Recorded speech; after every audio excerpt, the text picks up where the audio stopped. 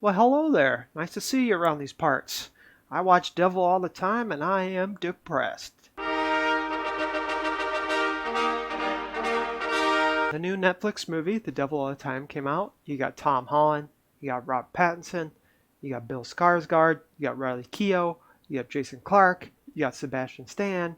You got all kinds of people up in this movie, and it's based on a book, and it's directed by Antonio Campos, produced by Jake Gyllenhaal. Basically, what the movie is a modern western, and it follows the life of Arvin Russell, who's Tom Holland, from when his dad was alive and he was raising him, and then up through teenagehood, and then into early adulthood. There's just a lot of violence in his life, and so turns out that he's going to be pretty violent as well. I can't really talk about this movie that much without going into spoilers, so we're starting off this video right in it. We're going deep into the deep end.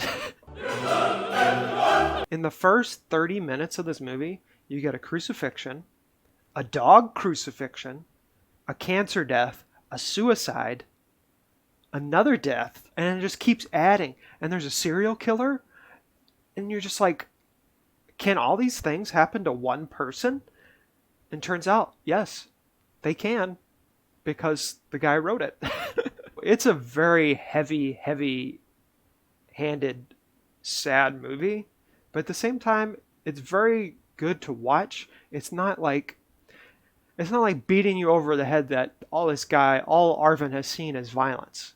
It's just explaining, like, well, I mean, the title of the movie is The Devil All the Time. It's basically about the devil inside of people because it's about religion in a way. Not really, but it uses religion and the devil and, like, the evil in people to explain what is happening in the movie. And I gotta say, I really enjoyed watching it, even though it was depressing. But that's like my niche. Like one of my favorite movies of all time is Requiem for a Dream, and it's just so depressing. And I don't know, maybe I just can't feel feelings or not, but I just like depressing things. The cast is great. The first 30 minutes is a lot to get through. Bill Skarsgård playing Arvin's dad is a lot. It's probably too much.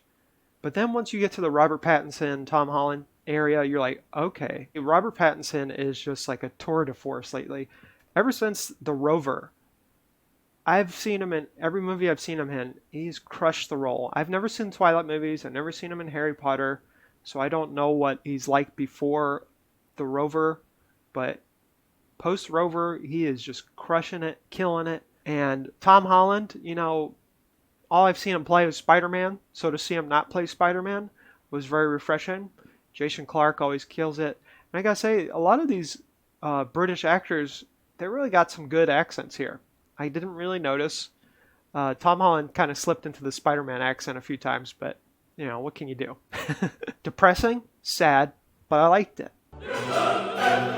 If I had to rate it, I would give it 8 out of 10 Bible verses. Because there's a lot of Bible verses talked about in the movie. The acting's great. The story is well told. The narration, one of the few times the narration actually works for the story, the movie.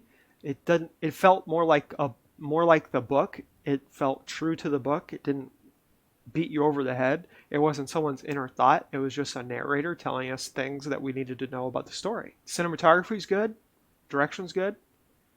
A little heavy-handed. A little. I'm just going to say a little heavy-handed. If you got Netflix, check it out. It's about 2 hours. That's like binging 4 episodes of The Office or New Girl. So there you go. Well, if you want to feel sad, watch this. If you want to feel happy and laugh, go binge New Girl, The Office, Parks and Rec, something else. Un esercito di